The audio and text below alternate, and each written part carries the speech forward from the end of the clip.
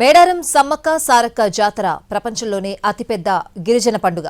తెలంగాణ రాష్ట్ర పండుగగా గుర్తింపు పొందిన ఈ మినీ కుంభమేళాకు దేశంలోని వివిధ ప్రాంతాల నుంచి భక్తులు తరలివస్తారు. అసలు మేడారం చరిత్ర ఏంటి, సమ్మక్క సారక్క విశిష్టత ఏంటి, ఇలాంటి వివరాలు ఒకసారి చూద్దాం. తెలంగాణ గుండె చప్పుడు వినిపించే ప్రదేశం, అడవి బిడ్డల ఆత్మ గౌరవం గురించి మాట్లాడుకునే నేల, ఆదివాసీల వారసత్వానికి, పోరాట వారసత్వానికి ఒక అధికారిక గుర్తింపుగా నిలిచిన నేల, ఔన్నత్యానికి, పోరాట పటిమకు ఒక గుర్తింపుగా, ఒక అంబాసిడర్గా నిలిచిన నేల. ఇప్పటికే అర్థమై ఉంటుంది, సమ్మక్క సారాలమ్మ జాతర ఈ నెల 28వ తేదీ నుంచి ప్రారంభం కాబోతుంది. ఈ నేపథ్యంలో ఎన్టీవీ స్పెషల్ ఫోకస్లో జాతర గురించి తెలుసుకుందాం. తెలంగాణలో జరిగే అతిపెద్ద గిరిజన జాతర మేడారం సమ్మక్క సారలమ్మల జాతర. వనదేవతల వేడుక 2 ఏళ్లకోసారి జరుగుతుంది. వందల సంవత్సరాల చరిత్ర కలిగిన ఈ జాతరను 1940 వరకు చిలకలగుట్టపై గిరిజనులు మాత్రమే జరుపుకునేవారు. తర్వాత తెలంగాణ ప్రజలంతా కలిసి జరుపుకుంటున్నారు. ఏటికేడు భక్తుల సంఖ్య పెరుగుతుండటంతో జాతరను కొండ కింద జరపడం ప్రారంభించారు. అమ్మవార్ల చిహ్నంగా గద్దెలు ఏర్పాటు చేశారు. ఈ గద్దెలపైకి జాతర రోజు అమ్మవార్ల ప్రతిరూపాలుగా ఉన్న కుంకుమ భరిణెలను తీసుకువస్తారు. పూర్తిగా గిరిజన సాంప్రదాయంలో జరిగే ఈ జాతరకు తెలంగాణ నుంచే కాకుండా ఏపీ, మధ్యప్రదేశ్, ఛత్తీస్గఢ్, మహారాష్ట్ర, ఒడిషా రాష్ట్రాల నుంచి లక్షల సంఖ్యలో భక్తులు తరలి వస్తారు. ప్రపంచవ్యాప్తంగా ఉండే ఆదివాసీలందరికీ కూడా ఒక మహా కుంభమేళ, తెలంగాణ కుంభమేళాగా పేరున్న వనజాతర, జనజాతర, సమ్మక్క సారాలమ్మ జాతర. ఈ గద్దెలు ఏర్పడడానికి కారణం ఏంటి, దాని ప్రాధాన్యత ఏంటి, పూర్తి వివరాలు ఒకసారి తెలుసుకునే ప్రయత్నం చేద్దాము. అసలు ఈ అమ్మవార్లు ఇక్కడ గద్దెల రూపంలోకి రావటానికి కారణం ఏంటి, చరిత్ర ఏం చెప్తుంది? శ్రీ మేడారం సమ్మక్క సారలమ్మ మహాజాతర 2026 జనవరి 28 నుంచి 31 వరకు నిర్వహించడం జరుగుతుంది. ఇది ఆదివాసీల జాతర. ఇక్కడ ఆదివాసీ సాంప్రదాయాలు, ఆదివాసీ ఆచారాలు, ఆదివాసీ కట్టుబాట్ల ప్రకారం మాత్రమే ఈ పూజా విధానం, ఈ జాతర నిర్వహించడం జరుగుతుంది. దాదాపు వందల ఏళ్ళ చరిత్ర గల ఈ జాతర కేవలం మా కుటుంబ సభ్యులు, మా ఇంటి వాళ్ళు మాత్రమే చేసుకునేది అతిపెద్ద పండగ. అంటే ఇక్కడ ఒక 10 ఇల్లులు ఉండేవమ్మా. మా తాతలు, అంటే నేను కూడా అప్పుడు లేను, కొన్ని వందల ఏళ్ళ కిందట మా తాతలు, మా ముత్తాతలు ఉండేది. అప్పుడు ఇంటి దేవతగా చేసుకునే పండగ. రాను ఏళ్ళు గడుస్తున్న కొద్దీ ఈ ఆదివాసీలే కాకుండా ఇక్కడ చుట్టుపక్కల ఉండే గ్రామస్తులు కూడా ఈ అమ్మవార్లను కొలవడం జరుగుతుంది. దాదాపు వందల వేల లక్షలు, ఇప్పుడు దాదాపు కోట్ల మంది భక్తులు అమ్మవారిని దర్శించుకుంటున్నారు. ఎందుకంటే వనదేవతలు, ఆదివాసీ తల్లులు, ఇంత మహిమగల తల్లులు, కోరిన కోరికలు తీర్చే తల్లులు కాబట్టి, అంటే ఏదో ఇక్కడ తెలియని మహిమ ఉన్నది కాబట్టి ఇక్కడ ఇంతమంది అమ్మవార్లని దర్శించుకోవడం జరుగుతుందండి. అంటే ఈ మాఘశుద్ధ పౌర్ణమి వెన్నెలల్లో ఇటు సమ్మక్కకు, ఇటు పగిడిద్దరాజుకు ఆదివాసీ సాంప్రదాయాల ప్రకారం కళ్యాణం నిర్వహించడం జరుగుతుంది. ఆదివాసీ సాంప్రదాయాలలో ఏంటంటే అంటే ఒకరొకరు ఇష్టపడితే 10 మంది పెద్ద మనుషులలో కూర్చోబెట్టి మర్యాదలు చేసి ఒకటి చేయడం అన్నమాట. మనకి ఇక్కడ ఎక్కడ చూసినా కూడా భక్తుల తలలపైన బెల్లం కనిపిస్తుంది. బెల్లాన్ని కొంగు బంగారంగా అమ్మవారికి సమర్పిస్తూ ఉంటారు కదా. అసలు ఈ బెల్లం సమర్పించే సాంప్రదాయం ఎప్పటి నుంచి వస్తుంది, ఏంటి అసలు? కొన్ని వందల ఏళ్ళ నుంచి బెల్లం సమర్పించడం అనేది వస్తుంది. ఈ బెల్లాన్ని ఎందుకు సమర్పిస్తారంటే, మనకు ఇష్టమైన వాళ్ళని మనము బంగారు కొండ, బంగారు రాజు అని పిలుచుకుంటాం, ముద్దుగా పిలుచుకుంటాం. అట్లా సమ్మక్కకు పగిడిద్ద రాజు అంటే భర్త కదా, పగిడిద్ద రాజు అంటే ఎంతో ఇష్టం అన్నట్టు. వచ్చే భక్తులు ఈ బెల్లాన్ని సమర్పించిన తర్వాత అది బంగారంగా మారుతుందని ఒక నమ్మకం అమ్మ. అంటే భక్తులు సమర్పించే బెల్లాన్ని బంగారంగా మారిన తర్వాత సమ్మక్క పగిడిద్ద రాజును ఆ బంగారు రూపంలో చూసుకుంటుంది అన్నట్టు. అందుకని బెల్లము బంగారం అవుతుంది అమ్మవారికి ఎక్కించిన తర్వాత. ఈ సమ్మక్క గద్దె కావచ్చు, సారక్క గద్దె కావచ్చు, ఈ గద్దెల విశిష్టత చెప్పరా? ఒకప్పుడు చిన్న మట్టి గద్దెలు వేసేదమ్మా. రాను భక్తుల తాకిడి అధికంగా ఉంది కాబట్టి అంటే క్రమంగా గద్దెలు పెంచుకుంటూ పోవడం జరిగింది. కానీ అమ్మవార్ల మూలాలు మాత్రం అలానే ఉన్నాయి. ఆ మూలాన్ని మాత్రం ఎప్పుడు డిస్టర్బ్ చేయలేదు. కానీ ఈ చుట్టుపక్కల మాత్రం అంటే ఈసారి ఏంటంటే కొత్తగా శిల్పాలు చెక్కడం జరిగింది. ఆదివాసీల శిల్పాలు అంటే సమ్మక్కకు, సారలమ్మకు, గోవిందరాజు, పగిడిద్దరాజు వీళ్ళ జీవిత చరిత్రతో పాటు ఇటు సిద్ధబైన వంశస్థులు, కాక వంశస్థులు, పెనుక దబ్బగట్ల వంశస్థుల చరిత్ర ఈ ఆలయంలో మనం చూడొచ్చమ్మా. దాదాపు 7,000 పైచిలుక బొమ్మలు ఇక్కడ చెక్కబడి ఉన్నాయి. థ్యాంక్ యూ అండి. సో ఒక్కసారి చూస్తే మనకు ప్రాంగణం అంతా కూడా భక్తజనంతో నిండి ఉంది.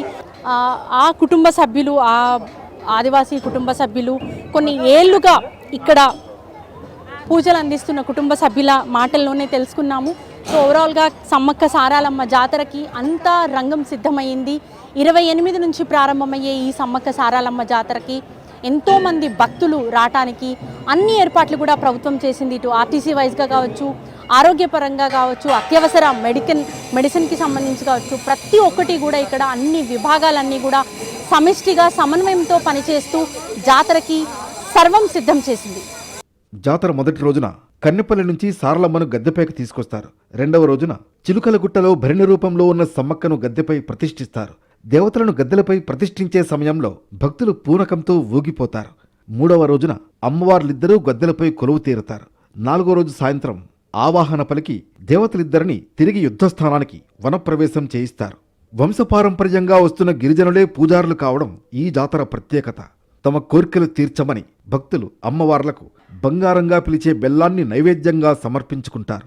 సుమారు 1 కోటి మందికి పైగా భక్తులు పాల్గొనే వనదేవతల మహాజాతర ఇది. అంతేకాదు, ఆసియాలోనే అతిపెద్ద గిరిజన వేడుక. తెలంగాణ జనజాతర సమ్మక్క సారాలమ్మ జాతర జనంతో నిండిన ఈ కంప్లీట్ జాతర అంతా కూడా మనకి ముందుగానే వచ్చేసినట్టుగా అనిపిస్తుంది. ఒక్కసారి విజువల్ చూస్తే మనం ప్రస్తుతం సారక్క గద్దె దగ్గర ఉన్నాము. ఇక్కడ లోపలికి ఒకసారి ఎంటర్ అవుతే మనకి ఇక్కడ క్రౌడ్ భక్తులు చూస్తే అర్థమవుతుంది. అందరి తలలపైన కూడా బెల్లం ముద్దతో ఎంతో భక్తి శ్రద్ధలతో అమ్మవారికి బెల్లాన్ని సమర్పించడానికి ఇక్కడికి వస్తారు. దూర ప్రాంతాల నుంచి కూడా ఇక్కడికి వచ్చి అమ్మవారికి మొక్కులు చెల్లించుకొని బెల్లాన్ని సమర్పించి, కొంగు బంగారంగా చెప్పుకునే బెల్లాన్ని సమర్పించి వెళ్తూ ఉంటారు. అయితే ఇక్కడ యూత్ చాలా మందికి కనిపిస్తూ ఉన్నారు. అమ్మాయిలు, అబ్బాయిలు, యూత్, పెద్దవాళ్ళు, చిన్న పిల్లలతో సహా ఇక్కడికి వస్తూ ఉంటారు. ఎట్లా అనిపిస్తుంది జాతరకి ప్రతి ఏడాది వస్తారా? మాకు బాగుంది అక్క. నీ పేరేంటి? సమ్మక్క. అవునా, ఎందుకు నీ పేరు సమ్మక్క అని పెట్టారు? ఏమో నిన్ను చిన్న ఉన్నప్పుడు ఇక్కడ మొక్కారంట పుట్టాలంటే. ఇక్కడ పుట్టావా? మా అక్క పుడితే ఇక్కడికి వస్తా అని ఇక్కడ పుడితే మా డాడీ వచ్చి మొక్తా అన్నాడు, అందుకే పేరు సమ్మక్క అని పెట్టారు. అవునా, అమ్మ వాళ్ళు కూడా వస్తారా ప్రతిసారి? వస్తారు. ఎక్కడ మీరు ఉండేది? సిద్దిపేట, కేసీఆర్ నగర్. ఓకే. ఏం మొక్కుకున్నా అమ్మని? అందరు బాగుండాలని. మాకు చదువు రాదు. రైట్. ఇంకొంతమంది యూత్ ఉన్నారు, మంచి కోడిని తీసుకొని ఇక్కడికి వచ్చినట్టున్నారు మొక్కు తీర్చుకోవటానిక. ఎక్కడి నుంచి వచ్చారు మీరు? హైదరాబాద్ నుంచి వచ్చాం మేడం. ఎట్లా అనిపిస్తుంది సమ్మక్క జాతర? బాగా వస్తుంది. ఎవ్రీ ఇయర్ మేము వస్తాం మేడం. ఎంత బిజీ షెడ్యూల్ ఉన్నా మేము ఎవ్రీ ఇయర్ కంపల్సరీ వస్తాం. బికాజ్ ఏమైనా సమ్మక్క సారక్క వారి ఆశీర్వాదాలు మాకు ఉన్నాయి. డెఫినెట్గా ఎంత బిజీ షెడ్యూల్ ఉన్నా కూడా అమ్మవారి ఆశీర్వాదాల కోసం డెఫినెట్గా వస్తాం మేడం. ఇట్స్ సాంప్రదాయం కోసం డెఫినెట్గా మేము we'll organise that and we'll come every year. Thank you. Right. అయితే ఇక్కడ మనకి ఎక్కడ చూసినా కూడా బెల్లం మనకు కనిపిస్తుంది. బెల్లాన్ని దేవుడికి సమర్పించడానికి ఒక అమ్మాయి, చిన్న అమ్మాయి మనకి కనిపిస్తుంది. ఎక్కడి నుంచి వచ్చారమ్మా? ఆలేరా. బంగారం, ఎంత బంగారం సమర్పిస్తున్నావు అమ్మకి? 38 కేజెస్. ఏమన్నా మొక్కుండేనా? అవును మేడం, ఉండే. ఏం మొక్కుకున్నావు? ఏం తీరింది? బీఎస్సీ నర్సింగ్ సీట్ వచ్చింది. Very nice, congratulations. సో అందుకని ఇప్పుడు అమ్మవారికి మొక్కు తీరుస్తున్నావా? అవును మేడం. ప్రతి ఏడాది వస్తావా ఇక్కడికి? వస్తాం మేడం. ఎట్లా అనిపిస్తుంది ఇక్కడ జాతర? బాగుంటుంది మేడం, చాలా మంచిగా అనిపిస్తుంది. వచ్చి ఒక 2-3 డేస్ అనుకున్నామని నెరవేరుతాయి. సో చూస్తున్నాం కదా, ఇక్కడ మనకి ఎవరి తలపైన చూసినా కూడా బెల్లం, మనకి బెల్లం ముద్ద కనిపిస్తుంది. అది బంగారంగా అమ్మవారికి సమర్పిస్తూ ఉంటారు. ఎక్కడి నుంచి వచ్చారమ్మా? ఆలేరు. బెల్లం బంగారం సమర్పించడానికి వచ్చిండ్రా? ఎట్లా అనిపిస్తుంది ఇక్కడ? బాగుంటుంది దేవుని దగ్గర. మీరు చెప్పండి సార్. బాగుంది. మేడారం జాతర మాకు చాలా సమ్మక్క సారక్క అంటే మాకు చాలా. సో మనం ఒక్కసారి విజువల్లో చూస్తే కోళ్ళని ఇక్కడ అమ్మవారి దగ్గర అట్లా తీసుకొచ్చి సమర్పించి వెళ్తున్నారు. అట్లాగే బెల్లాన్ని, బంగారం ఏదైతే కొంగు బంగారంగా చెప్పుకుంటారో, బంగారం కొంతమంది ఇట్లా మొక్కుకుంటారు. కొన్ని ఇన్ని కిలోలు సమర్పిస్తాను, లేకపోతే వెయిట్కు తగ్గట్టుగా మనుషుల వాళ్ళ వెయిట్ ఎంత ఉంటుందో దానికి తగ్గట్టుగా కూడా సమర్పిస్తాము అని మొక్కుకుంటారు. దాని ప్రకారం ఇక్కడికి తీసుకొచ్చి అమ్మవారి గద్దెల దగ్గర మనకి బంగారాన్ని సమర్పించి తీసుకొని వెళ్తున్న పరిస్థితి. సో ఈ 28, ఈ నెల 28 నుంచి 31వ తేదీ వరకు జరిగే ఈ సమ్మక్క సారాలమ్మ జాతర, సారక్క జాతరకు సంబంధించి ఇప్పటికే ప్రభుత్వం అన్ని ఏర్పాట్లు చేస్తుంది. సంపెంగవాగు గోదావరి నదికి ఉపనది. చరిత్ర ప్రకారం జంపన్న గిరిజన యోధుడు, గిరిజన దేవత సమ్మక్క కుమారుడు. కాకతీయ సైన్యానికి వ్యతిరేకంగా జరిగిన యుద్ధంలో అతను సంపెంగ వాగులో ఆత్మహత్య చేసుకున్నాడు. అప్పటి నుంచి జంపన్న వాగుగా మారింది. ఆ వాగు ఇప్పటికీ జంపన్న రక్తంతో ఎరుపు రంగులో ఉందని అంటూ ఉంటారు. వనదేవతల జాతర సమ్మక్క సారాలమ్మ జాతరకి ఎంత ప్రాధాన్యత ఉందో జంపన్న వాగు కూడా అంతే ప్రాముఖ్యత ఉందనే చెప్పుకోవాలి. ప్రస్తుతం మనం జంపన్న వాగు దగ్గర ఉన్నాము. జంపన్న వాగు దగ్గర నిత్యం గోదావరి నీళ్లు పారే విధంగా చేస్తామని ఇప్పటికే ప్రభుత్వం ప్రకటించడంతో అసలు జంపన్న వాగు అంటే ఏంటి, జంపన్న వాగుకు ఇంత ప్రాముఖ్యత ఎందుకు వచ్చింది అని ఒక్కసారి మనం చూస్తే, ఈ జంపన్న వాగు అనేది గోదావరి నది ఉపనది. చరిత్ర ప్రకారం చూస్తే జంపన్న అనే ఒక వ్యక్తి ఒక గిరిజన యోధుడు. ఆ గిరిజన యోధుడు ఎవరు? గిరిజన దేవతగా కొలిచే సమ్మక్క కుమారుడుగా జంపన్న ఉన్నాడు. ఆ జంపన్న ఈ ప్రవాహంలో కాకతీయుల ఆర్మీకి వ్యతిరేకంగా పోరాటం నడిపినప్పుడు ఆ యుద్ధంలో అతను సంపెంగ వాగులో ఆత్మహత్య చేసుకోవడంతో ఈ సంపెంగ వాగునే భవిష్యత్తులో ఇది జంపన్న వాగుగా మారింది అనేది చరిత్ర చెప్తుంది. సో ఈ జంపన్న వాగు దగ్గర సమ్మక్క సారాలమ్మను దర్శించుకోవటానికి వచ్చిన ప్రతి ఒక్క భక్తులు కూడా సంపెంగ వాగులో మునిగి ఇటు అమ్మవార్లను దర్శించుకోవటానికి వెళ్తారు అనేది ఇక్కడ చరిత్ర చెబుతున్న పరిస్థితి. అయితే అప్పటి నుంచి ఇది జంపన్న వాగుగా మారింది. జంపన్న వాగు అనేది జంపన్న రక్తంతో గుర్తించబడి ఉండటంతో ఇక్కడ కొంత వాటర్ మనకు ఎరుపు రంగులో ఉంటాయి అనేసి ఒక ప్రాశస్యం అయితే మనకి ఇక్కడ చెప్తుంది, చరిత్ర చెప్తుంది. అయితే ఇక్కడ త్యాగానికి గుర్తుగా ఉన్న ఈ ప్రాంగణం అంతా కూడా సమ్మక్క సారాలమ్మ మేడారం జాతర అంతా కూడా మనకి ప్రతి ఒక్కటి కూడా ఒక చరిత్రను సూచించే విధంగా మనకి ఇక్కడ ప్రతి ఒక్క చెట్టు, ప్రతి ఒక్క మొక్క, ప్రతి ఒక్క వాగు కూడా ఒక చరిత్రను చెబుతూ ఉంటుంది అనటంలో ఎట్లాంటి ఆశ్చర్యం లేదనే చెప్పుకోవాలి. సో జంపన్న వాగులో మునిగిన తర్వాతే అమ్మవార్లను దర్శించుకోవటానికి భక్తులు వస్తూ ఉంటారు. ఈ నెల 28 నుంచి మొదలయ్యే ఈ మహా జాతరకి, వనదేవతల జాతరకి లక్షలాది మందిగా భక్తులు ఇక్కడికి రాబోతున్నారు. ఈ జంపన్న వాగులో మునిగి ఇక్కడ జంపన్న వాగులో స్నానాలు ఆచరించిన తర్వాతే ఇటు సమ్మక్క సారక్కను దర్శించుకోవటానికి వెళ్తారు. లక్షలాది మంది ఇక్కడికి వస్తూ ఉంటారు కాబట్టి ప్రతి ఒక్కరికి కూడా ఎలాంటి అసౌకర్యం కలగకుండా ఉండే విధంగా ఇటు జంపన్న వాగు మొదలుకొని సమ్మక్క సారలమ్మ గద్దెల వరకు కూడా ప్రతి ఒక్క దగ్గర కూడా చాలా క్లీన్గా ప్రతి ఒక్కటి బాగా ఉండేలాగా ప్రభుత్వం అయితే అన్ని ఏర్పాట్లు చేస్తుంది. అభివృద్ధి చేసిన తర్వాత ఇప్పుడు పునర్జీవనంగా మనకి ఏదైతే కనిపిస్తున్న గద్దెలు ఉన్నాయో, చుట్టూ ప్రాంగణం అంతా మనకు కనిపిస్తుందో వాటన్నిటినీ కూడా దర్శించుకోవటానికి ఈసారి ప్రతి ఏడాది కంటే, ప్రతి జాతర కంటే కూడా ఈ జాతరకి మరింత మంది, ఎక్కువ మంది భక్తులు వచ్చే అవకాశాలు కూడా కనిపిస్తున్నాయి. సో జంపన్న వాగు ప్రాశస్యం, అమ్మవార్ల ప్రాముఖ్యత, అమ్మవార్ల చరిత్రని తెలుసుకోవటానికి ఎంతోమంది ఇక్కడికి వచ్చి అమ్మవార్లను దర్శించుకోవటానికి, అమ్మవార్లకి మొక్కులు చెల్లించుకోవటానికి ఇక్కడికి వస్తూ ఉంటారు. తెలంగాణ కుంభమేళాగా పిలిచే దేశంలోనే అతిపెద్ద గిరిజన జాతర సమ్మక్క సారలమ్మ జాతర. ఇప్పటికే వివిధ ప్రాంతాల నుంచి భారీగా తరలివచ్చి మొక్కులు చెల్లించుకుంటున్నారు భక్తులు.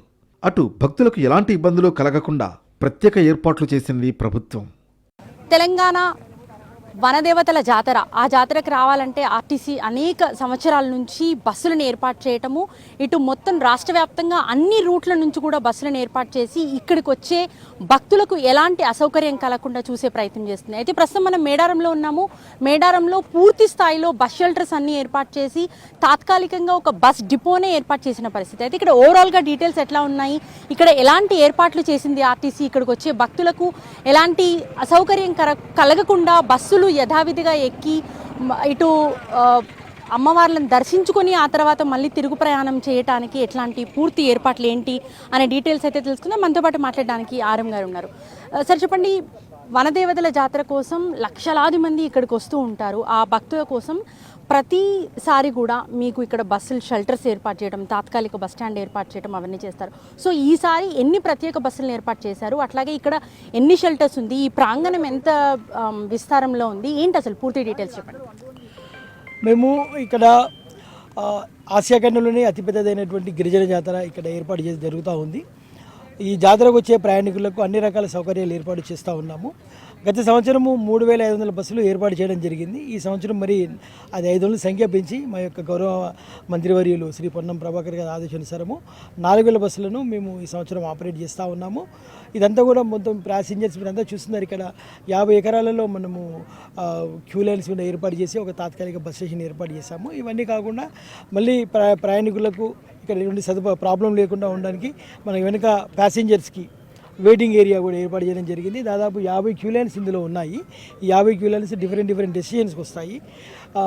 అదేవిధంగా మనకు మొత్తం రాష్ట్ర వ్యాప్తంగా దాదాపు ఒక 51 పాయింట్స్ నుంచి మేము బస్సులను ఆపరేట్ చేస్తూ ఉన్నాము.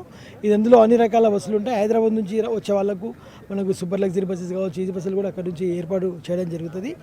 దాదాపు 4,000 బస్సులు 20 లక్షల మంది ప్యాసింజర్స్ వస్తారు అనుకుంటున్నాము. ఇక్కడ మా యొక్క ఎంప్లాయీస్కి కూడా డ్రైవర్ కండక్టర్స్కి ఇక్కడ లేట్ అయితే వాళ్ళు రెస్ట్ తీసుకోవడానికి కావాల్సిన సదుపాయాలు కూడా ఉన్నాయి. ప్యాసింజర్ వెయిటింగ్ ఏరియా కూడా ఉంది.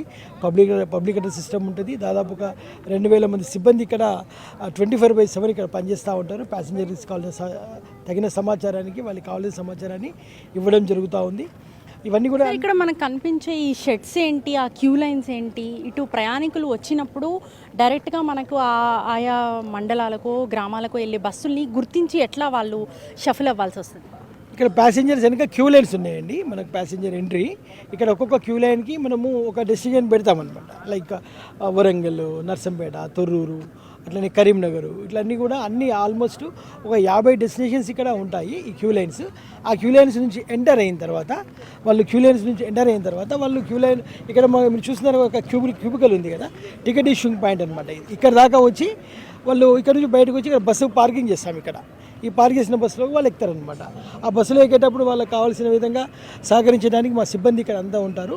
వీళ్ళు ఇక్కడ ఎక్కిన తర్వాత వీలైతే టికెట్స్ ఇక్కడ ఇస్తారు. లేదంటే మాకు థర్డ్ వే పాయింట్, ఎన్ రూట్లో థర్డ్ వే పాయింట్ ఉంటుంది. ఆ థర్డ్ వే పాయింట్లో మేము ఏం చేస్తామంటే అక్కడ స్పెషల్ టీమ్స్ పెట్టి అక్కడ టికెట్లు ఇప్పించే ఏర్పాటు చేస్తాం, ప్యాసింజర్ టికెట్స్ కాకుండా. రైట్. అయితే మనకి జనరల్గా లాస్ట్ ఇయర్తో కంపేర్ చేస్తే ఈ ఇయర్ కొంత ఎక్కువ వచ్చే అవకాశం కూడా ఉంది కాబట్టి మనకి బస్సుల సంఖ్య పెంచారు.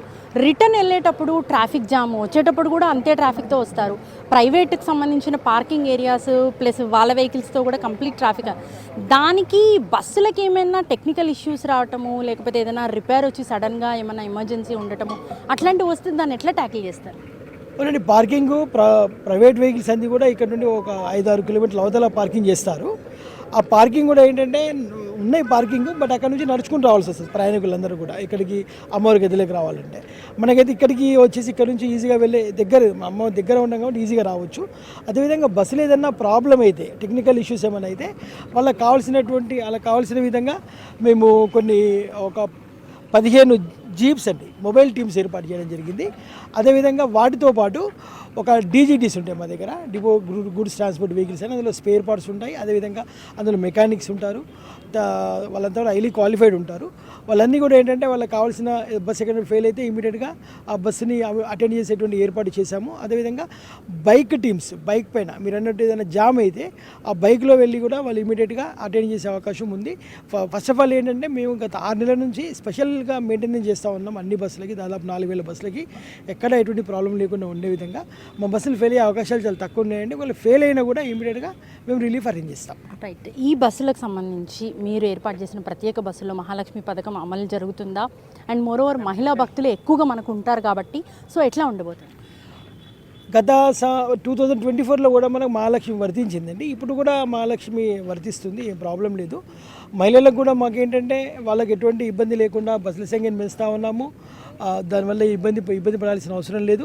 ముఖ్యంగా ఏంటంటే బస్సులు తగ్గినప్పుడు, తక్కువగా ఉన్నప్పుడు మనకి ఇబ్బంది అవుతుంది. బస్సులు పెద్ద సంఖ్యలో ఉన్నప్పుడు ఏం ఇబ్బంది ఉండదు. అందరూ కూడా సీట్లో కూర్చొని వస్తారు, సీట్లో కూర్చొని పోతారు. స్టాండింగ్ అనేది అవకాశం లేదు. రైట్. ఇక ఫేర్స్ విషయానికి వస్తే అదనపు ఛార్జీలు వసూలు చేసే అవకాశం ఉంటుంది కదా, ఎంత ఎక్కువగా మనకు అధికంగా వసూలు చేస్తారు? అదనపు ఛార్జ్ అని కాదండి, మాకేంటంటే ఈ టోల్ గేట్స్ ఇవన్నీ కలుపుకొని మేము పోయిన సంవత్సరము 250 రూపాయలు అంటే స్టాండర్డ్గా హన్మకొండ నుంచి ఇక్కడికి పెట్టడం జరిగింది ఎక్స్ప్రెస్లో. ఇప్పుడు కూడా అంతే పెట్టినాము, ఏం పెరగలేదండి.